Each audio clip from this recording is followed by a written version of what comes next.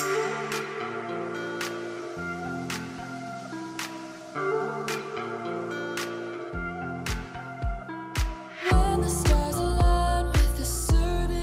à tous, aujourd'hui je vais vous donner quelques conseils pour pouvoir concilier études et pratique de la musculation lorsqu'on a un objectif. Personnellement j'ai fait 5 ans d'études, pendant ces 5 ans d'études j'arrivais très bien à concilier ce sport, donc la pratique de la musculation avec une alimentation saine, donc tout en étant étudiante. Du coup je vais vous livrer tous mes conseils et je vais aussi vous faire part des erreurs que j'ai pu faire dans ma vie étudiante vis-à-vis de ça. Donc du coup je vais aborder cette vidéo en 4 points. Donc dans un premier temps je vais vous donner quelques conseils pour pouvoir optimiser votre temps entre les études, les révisions et puis les entraînements de musculation, parce que là ça c'est vraiment ma spécialité, c'est un truc que j'ai vraiment su faire. Ensuite je vais vous donner quelques conseils vis-à-vis de l'alimentation, comment réussir à manger sainement lorsqu'on est étudiant. Ensuite je vais vous donner quelques conseils vis-à-vis de votre budget, parce qu'on le sait tous, hein, lorsqu'on est étudiant on a un très petit budget. Et je vais finir par faire un point sur la vie étudiante. Voilà, donc est-ce qu'on peut participer à la vie étudiante lorsqu'on fait de la muscu? Voilà, ça va être le dernier point que je vais aborder. Donc tout d'abord, comment optimiser son temps, comment être capable de s'entraîner plusieurs fois dans la semaine et avoir des bonnes notes. Parce que lorsqu'on est étudiant, on a bien sûr la semaine des cours, mais en plus de ça, on a aussi le travail personnel, on a des TD à rendre, des exercices à faire, on doit réviser pour les examens, pour les partiels, et ça prend beaucoup de temps. Votre emploi du temps, en général, il va dépendre de l'école où vous êtes. Donc par exemple, ceux qui sont à la fac auront en général un emploi du temps un petit peu moins chargé que ceux qui sont dans des grandes écoles, comme les écoles de commerce ou les écoles d'ingénieurs par exemple. Moi pour ma part j'étais en école d'ingénieur, donc j'avais pas du tout des horaires de fac. Honnêtement je sais pas trop comment ça se passe à la fac parce que je n'y ai jamais été, mais ce que je sais c'est que les emplois du temps sont en général un petit peu plus light, voire même beaucoup plus light, mais le travail personnel peut être assez conséquent. Donc du coup moi je vais prendre mon exemple à moi lorsque j'étais en classe prépa, parce qu'avant de faire une école d'ingénieur il faut faire une classe prépa. Moi personnellement j'étais en prépa intégrée, donc c'était peut-être un petit peu moins dur que une prépa classique, mais ça reste quand même extrêmement intense. Donc si je prends mon exemple en prépa, disons que ça peut s'appliquer à tout le monde, parce que je crois que la prépa c'est vraiment la période où t'as vraiment pas de vie, où t'as vraiment pas le temps. Donc je vais prendre cet exemple là. Voilà, comme ça sera un exemple un peu extrême, et donc du coup ça peut s'appliquer partout.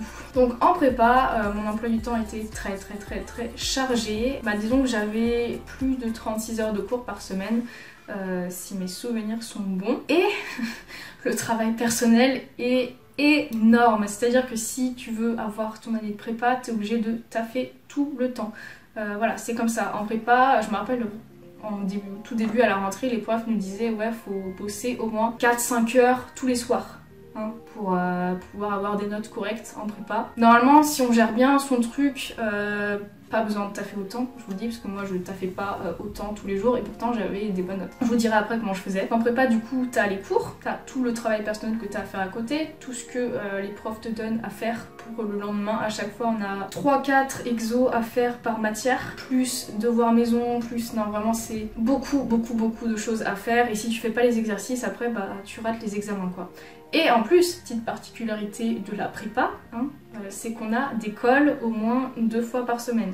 Qu'est-ce que c'est l'école pour ceux qui ne savent pas? Ce n'est pas une colle comme au lycée, genre c'est pas du tout une punition. En gros, une colle c'est une sorte d'examen. T'es dans une salle, t'es au tableau, t'as un prof qui te donne des exercices à faire et pendant 1 heure, tu dois faire les exercices et ensuite t'es noté. Et du coup c'est le soir après les cours, donc ça arrive que le matin, du coup tu te ramènes en cours à 8 h et tu ressortes de l'école, il est 20 h quoi, parce que t'as eu une colle le soir. Voilà, c'est des choses qui arrivaient toutes les semaines quoi.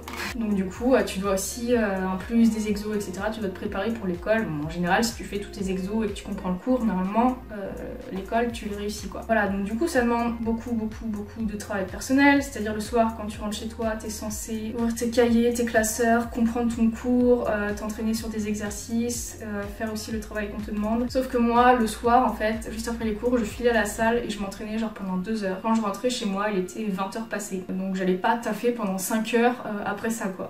Du coup, ce que j'ai fait, vu que je savais que je voulais m'entraîner tous les soirs, je me suis mis d'office au premier rang en classe. Voilà, c'est vraiment un conseil que je vous donne si vous voulez moins perdre de temps chez vous à comprendre votre cours Mettez-vous devant, ça va vous forcer déjà à ne pas parler avec les gens et à être focus sur le tableau. Et chose très importante, il faut participer en cours. C'est pas quelque chose qui est forcément naturel chez tout le monde, surtout quand on est timide. Moi personnellement je suis timide et participer c'était pas vraiment un truc que j'ai toujours fait dans ma scolarité. J'ai commencé à participer en première terminale et ça a changé mes notes, genre au lieu d'être à 12 de moyenne comme je l'étais avant, je suis passée à 16 de moyenne. Donc voilà, vraiment participer ça aide vraiment à assimiler le cours et à suivre. Parce que vu que tu veux participer, bah, tu te forces à suivre ce qui se passe pour être au taquet, pour lever la main quoi. Donc c'est un truc à faire en prépa, même si en prépa en général on participe beaucoup moins que les cours au lycée parce que vu que le programme est très dense, le prof est obligé de débiter son cours très vite. Mais voilà, si à un moment donné il y a un point que vous ne comprenez pas, il faut lever la main, le dire, parce que de toute façon vous ne serez pas le seul. Il y en a plein qui ne comprennent rien et qui ne le disent pas. Donc ça sera pas mal vu de la part des autres, genre les autres vont être contents que quelqu'un demande de réexpliquer parce que le cours n'est pas très compréhensible. Voilà, déjà comme ça, ça vous évite le soir chez vous d'essayer de comprendre par vous-même tous les points que vous n'avez pas compris. Au moins vous avez demandé en cours, voilà j'ai pas compris ça, bah est-ce que vous pouvez me réexpliquer? Ou même ce que vous pouvez faire, c'est à la fin du cours aller voir le prof, tirer vos notes et dire écoutez monsieur ou madame, j'ai pas compris, est-ce que vous pouvez m'expliquer? Voilà, les profs sont là pour ça, normalement ils sont disponibles pour aider les élèves. Et ça c'est très important parce que lorsqu'on essaye chez soi tout seul le soir, quand on est fatigué, de comprendre tout seul un truc qu'on comprend pas de base, on perd du temps, on perd beaucoup de temps, alors que si le prof vous réexplique clairement le truc, bah là ça prend quoi 5-10 minutes et c'est bon quoi. Donc participer en cours, se forcer à participer c'est très important et ça m'aidait à perdre moins de temps le soir chez moi. J'avais déjà compris le cours quand je rentrais chez moi quoi. Aussi ce que je faisais, parce que vu qu'il y a des exercices à faire, des trucs comme ça, bah la pause du midi, je m'en servais pour bosser. Alors bien sûr j'allais manger, en général j'avais mon tupperware, je le faisais réchauffer au micro-ondes, je mangeais en 10-15 minutes et ensuite je remontais dans ma classe pour travailler. Donc comme ça je faisais un max d'exercices sur le moment, le midi, en plus c'était en général juste après le cours.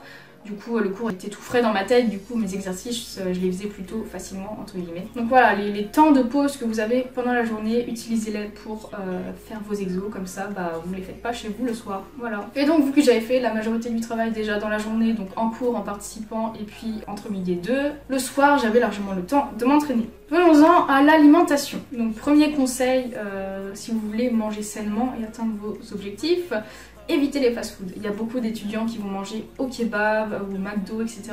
tous les jours parce qu'ils ont la flemme de cuisiner ou parce qu'ils ont la flemme d'aller au restaurant universitaire, etc. Ou parce qu'il y a tout simplement un fast-food juste à côté de la fac ou de l'école. Ça, évitez de le faire. Vous pouvez le faire de temps en temps, bien sûr, hein, de manière occasionnelle, mais il faut pas que ce soit la routine, quoi. Ce que vous pouvez faire à la place, c'est d'aller au restaurant universitaire. Le restaurant universitaire, c'est comme un self, hein, vous faites les bons choix et puis voilà, vous prenez des légumes, du riz plutôt que frites, saucisses quoi. Et voilà, vous faites tout simplement le choix de manger équilibré. Au restaurant universitaire, c'est tout à fait possible. Troisième option, donc moi c'est l'option que j'ai utilisée pendant toutes mes études, c'est de cuisiner soi-même et de préparer ses propres tupperwares. Dans les écoles ou dans les universités, il y a toujours des espaces avec des micro-ondes où on peut faire réchauffer son tupperware. Donc ça, c'est vraiment la manière de mieux contrôler son alimentation et c'est aussi la façon la plus économique de manger. Et donc lorsqu'on est étudiant aussi, il faut faire attention à l'alcool parce que c'est lorsqu'on est étudiant qu'on va commencer à faire des soirées avec beaucoup d'alcool et ça faut faire attention parce que l'alcool c'est très calorique, hein, c'est plus calorique qu'un soda, que du coca, etc. Je vous dis pas de bannir l'alcool hein, pendant votre vie étudiante, hein. Si vous voulez vous amuser, allez-y. En gros faut pas vous mettre des races toutes les semaines quoi. En plus l'alcool ça va nuire à vos performances à la salle. Et en général, quand on boit l'alcool, c'est pendant des soirées, on dort pas beaucoup. Donc, en plus, on manque de sommeil, donc vraiment, c'est pas vraiment compatible avec la muscu. Disons qu'il faut pas faire ça trop souvent, parce que ça va clairement nuire à vos entraînements de musculation. Et aussi à votre shape, hein, parce que vu que l'alcool c'est calorique, bah, en excès ça fait grossir, c'est comme tout. Donc maintenant, je vais vous parler du budget. On a un petit budget hein, lorsqu'on est étudiant. En général. Donc comment faire pour faire des économies et pouvoir se payer un abonnement à la salle. Donc comme je l'ai dit avec l'alimentation, la solution la plus économique c'est de cuisiner soi-même et faire ses tupperwares qu'on emmène le midi. Voilà, ça revient beaucoup moins cher que d'aller au fast-food. Et ça revient un petit peu moins cher que d'aller au restaurant universitaire parce qu'en général les restaurants universitaires sont très abordables. Faites attention aussi lorsque vous allez dans les bars etc. lors de soirées étudiantes parce qu'on arrive facilement à 20 € de boisson et si vous faites ça toutes les semaines ça fait quoi 60 € par semaine. Si vous voulez vous payer un abonnement à la salle à un moment donné il faut faire des choix, acheter moins d'alcool, cuisiner un maximum soi-même et vous trouverez le budget pour un abonnement à la salle. Un abonnement à la salle, si je ne me trompe pas, c'est genre 30 à 40 € par mois. Et pour finir, je vais parler de la vie étudiante. Alors, si j'ai un conseil à vous donner, c'est de ne pas tomber dans l'excès, c'est-à-dire l'excès manger sainement et faire beaucoup d'entraînement muscu et passer à côté de la vie sociale et de la vie étudiante. Ça, c'est une erreur que j'ai faite, surtout en prépa. En prépa, je faisais 6 entraînements 2 heures par semaine. Je bossais mes cours et c'est tout en fait, c'était juste ça ma vie et j'avais pas de vie sociale. Et aujourd'hui je le regrette un peu honnêtement. Je suis passée à côté de ça en prépa, après mon cycle ingénieur j'ai commencé à sortir etc. Mais en prépa j'étais vraiment dans ma bulle quoi, dans ma bulle, pour moi il y avait que la muscu et la bouffe saine qui comptait. Et le reste, la vie sociale je m'en foutais en fait. Je cherchais pas à me faire d'amis, je vivais ma life et j'étais pas vraiment intégrée dans ma classe etc. J'avais pas de vie sociale quoi et ça c'est un peu dommage. J'aurais pu trouver le temps de sortir peut-être une fois par mois quoi, ne serait-ce qu'une fois par mois ça aurait été pas mal. Mais je sortais pas, genre en 2 ans de prépa je suis sortie une fois. Donc ça c'est une erreur que j'ai faite. Et il y a une vie sociale, c'est important. En fait faut pas tomber dans un extrême ou l'autre, c'est-à-dire l'extrême où t'as pas de vie sociale et tu vis muscu ou l'extrême j'essaye de faire de la muscu mais je sors trop, j'arrive pas à m'entraîner, je suis fatiguée. Voilà, dans tous les cas ça demande une certaine organisation. Mais voilà, enfin vraiment tombez pas dans un extrême comme moi je l'ai fait. Parce que finalement hein, quand j'y repense, lorsque je m'entraînais autant et que je sacrifiais ma vie sociale pour pouvoir m'entraîner et manger sainement, bah en vrai j'avais pas des meilleurs résultats qu'aujourd'hui où je m'entraîne 4 fois par semaine et où bah je sors, je fais des soirées quoi. Donc voilà, pas besoin de tomber dans un extrême et tant que vous êtes étudiant, profitez de la vie étudiante, c'est important. Donc voilà pour cette vidéo, j'espère que ça vous aura plu, que ça vous aura aidé si vous êtes étudiant. Sur ce, je vous fais des gros bisous et on se retrouve très bientôt pour une prochaine vidéo.